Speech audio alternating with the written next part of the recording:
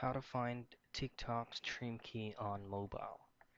The first things first is of course access your TikTok application and head over directly to your profile. It's going to be at the lower right portion of your screen. Once you're here, tap on the three lines again, which is going to be at the top right portion. And in here, just head directly to Creator Page or TikTok Studio. Now there are two things that you'll have to do first before you will be able to be eligible to use the stream key. First things first is make sure that you have at least 1,000 followers for you to have access with the live TikTok studio.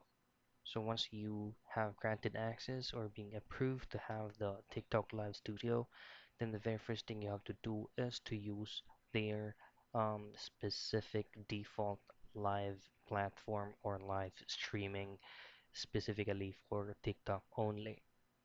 Now, once you have full access with the TikTok Live Studio, then that's the time that you should be able to see or to locate the stream key and use it to a different platform. And that's it. That's how you get TikTok Live Stream Key on mobile.